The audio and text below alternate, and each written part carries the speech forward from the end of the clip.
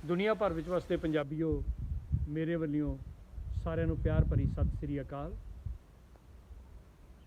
ਅਸੀਂ ਸਾਰੇ ਜਾਣਦੇ ਹਾਂ कि इस ਵੇਲੇ संसार ਤੇ मानव जाति एक बहुत वड्डी समस्या विचों निकल रही है। करोना वायरस कोविड-19 बीमारी फैलाने वाला दुनिया दे विच बहुत तेज़ी नाल वध रहा है। हुण तक पूरी दुनिया दे विच 20 ਲੱਖ इंसानां नूं ये बीमारी लग चुकी है तो 1,25,000 के करीब मौतां हो चुकियां ने। भारत दे विच भी 12,000 तो उपर इंसानां नूं ये बीमारी लग चुकी है तो 400 के करीब मौतां हो चुकियां ने। एक होर गल वेखण योग है कि दुनिया के वड्डे वड्डे मुल्क फ्रांस, जर्मनी, इटली, स्पेन, अमरीका, चीन, ये सारे इस बीमारी तो बुरी तरह प्रभावित ने। साडे देश में बीमारी लेट आई है तो लेट ही चल रही है। आम जिहड़े इंसान ने या माहर ने वो गल करते हैं एक करोना तो पहला पीरियड होएगा बिफोर करोना, एक करोना तो बाद का पीरियड होएगा आफ्टर करोना। इस संसार दे विच इस तरह का इतिहास लिखेगी ये बीमारी। पंजाबीओ, बिफोर करोना का पंजाब हसदा खेडदा भंगड़े पाउंदा, इकट्ठ करदा विआहां शादियां दे उत्ते, पाठ दे भोगां दे उत्ते, धार्मिक स्थानां दे विच मेले मनाउंदा, माघी दा विसाखी दा असीं वेखिया। ते करोना तो बाद भी यही कुछ होएगा। उन्नी खुशहाली होएगी जिन्नी खुशहाली हुण है करोना तो पहला, पर कुछ इदारियां दे विच मायूसी आएगी। वो आपां बाद दे विच गल करांगे।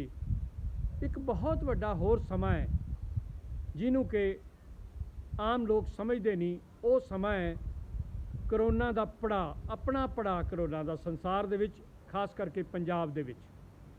अज मैं इंटरव्यू सुन रहा सी जॉनसन एंड जॉनसन कंपनी के MD दी ते उन्हां दे CEO दी। उन्होंने दसिया कि जिहड़ी वैक्सीन इस बीमारी का इलाज है, जिहड़ी इस बीमारी नूं रोकेगी, इस बीमारी का इलाज कोई नहीं है। जिन्हों होगी या तो वह कुदरती तौर पर बचेगा तो या फिर परलोक सुधारेगा तो या ठीक हो जाएगा। इस बीमारी की कोई दवाई नहीं हैगी, लेकिन इस बीमारी नूं रोकया जा सकता है वैक्सीन नाल। ते इन्हां माहरां दे मुताबिक वैक्सीन जिहड़ी है 12 तो 18 महीने दूर है।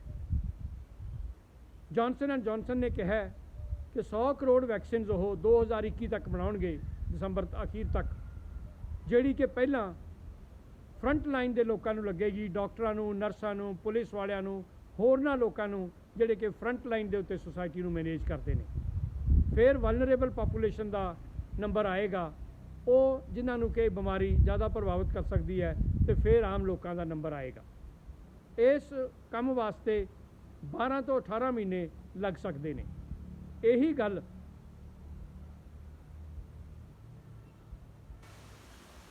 दुनिया की बहुत वड्डी एक university John Hopkin university Baltimore दे विच अमरीका दे विच उत्थों के प्रोफैसर ने आखी है कि सानू 12 तो 18 महीने करोना के पड़ाव के दौरान अपने रहन सहन के तरीके बदलने पैणगे।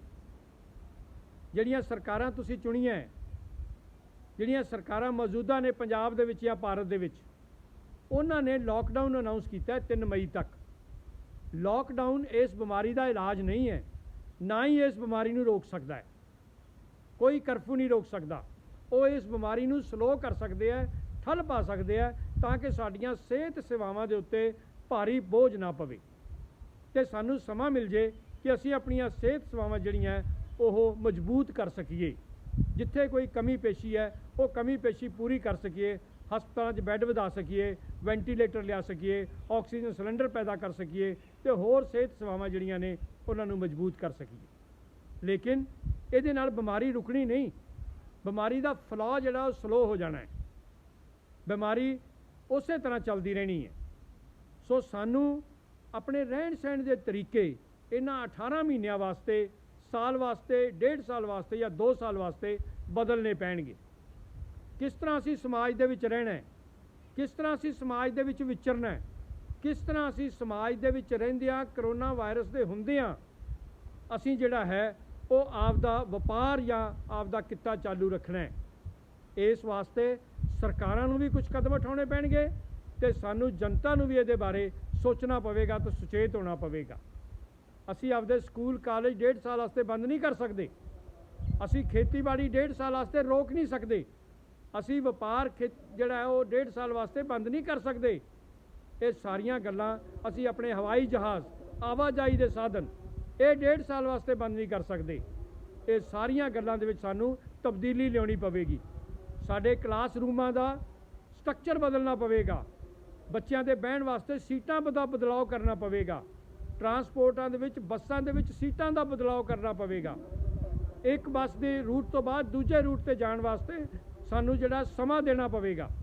इस तरह जहाज़ां दे विच सीटां दा नंबर बदलना पवेगा। पर यह सारा कुछ तां ही हो सकता है जे तुसी सुचेत होकर चलोगे। तुसी बाजार किस तरह जाना है, तुसी खेती किस तरह करनी है, तुसी इकट्ठां दे विच किवें विचरना है, किवें तुसी एक दूजे तो जिहड़ी है वो दूरी बना के रखनी है, किस तरह अपने मूँह के उत्ते तुसी मास्क लाउणा है, किस तरह तुसी बार बार हत्थ धोने हैं, किस तरह तुसी सैनिटाइज़र का इस्तेमाल करना है। ये सारियां गल्लां तुहानू ख्याल रखना पवेगा, क्योंकि 2-4 दिन की गल नहीं, ये साल 1.5 साल तक यही काम चलना है जिन्ना चिर कोई वैक्सीन तैयार नहीं हुंदी। इस बीमारी नू लाइटली ना लो। बड़ी पुरानी गल है कि जे पड़ोसी के घरे अग लगी हुई है तो उन्होंने वेखो ना, बुझाउण की कोशिश करो, वो तो सिक्ख्या लैण की कोशिश करो। अपने घर दे विच जो कोई जलनशील समान है उन्होंने पासे संभालण की कोशिश करो, क्योंकि किसी केड़े भी अग जिहड़ी है तुहाडे घर पै सकती है। जो इटली च हो रहा है, जो स्पेन च हो रहा है, जो चाइना च होया है, जो अमरीका च हो रहा है, जो फ्रांस च हो रहा है, जो जर्मन च हो रहा है, वो साडा मुल्क उस तो बचिया नहीं रहना। जे कोई कहता है कि बचिया रहेगा तो शायद वो इस प्रकोप नूं, इस बीमारी नूं अंडर एस्टीमेट कर रहा है, वो इनू पूरी तरह समझ नहीं सकिया। तुसीं WhatsApp के उत्ते ते आईयां होर झूठियां खबरां दे उत्ते यकीन ना करो। जिहड़े एक्सपर्ट ने इस बीमारी दे, जिहड़े संसार दे विच फैलण वालियां बीमारियां दे एक्सपर्ट ने, उन्हां दीयां इंटरव्यूआं देख के उत्थों जिहड़ी है तुसीं सेध लओ कि सानू किस तरह करना चाहिए। मैं उम्मीद करदा कि सरकारां भी इस प्रति सुचेत ने कि करोना के पड़ाव के दौरान खेती किवें चलेगी। जिस तरह अज पंजाब दे सरकार ने बहुत ही वधिया तरीके नाल फसल की कटाई ते फसल की वकाई के उत्ते स्कीमां बनाईयां ने, उस तरह झोने की लवाई वास्ते स्कीमां बन गईयां, क्योंकि लेबर इंटेंसिव है वो झोने की लवाई। एक दूजी कतार तो फासला कितना रखना झोने की लवाई वेले।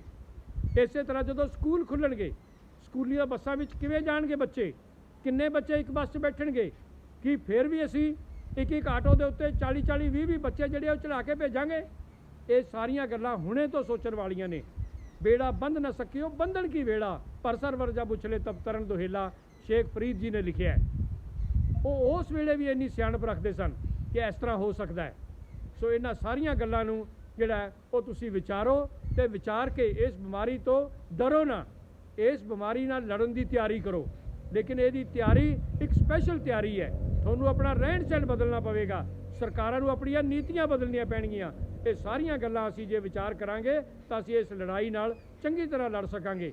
और पंजाबी जाने जांदे ने हर जंग फतेह करन, तो इस जंग नूं भी असीं फतेह करके निबड़ांगे। मेरी सारिਆਂ मूहरे एक बेनती है, पंजाब दे जनता मूहरे ते सरकार मूहरे, कि इस बीमारी का 1.5 साल के पड़ाव दे विच किस तरह समाज ने रहना है, किस तरह व्यापार ने चलना है, किस तरह खेती ने चलना है, किस तरह स्कूलों ने चलना है, किस तरह सारा काम काज संसार का चलना है, पंजाब का चलना है, ये बारे विचार वटांदरा किया जाए। वाहिगुरू जी का खालसा, वाहिगुरू जी की फतेह।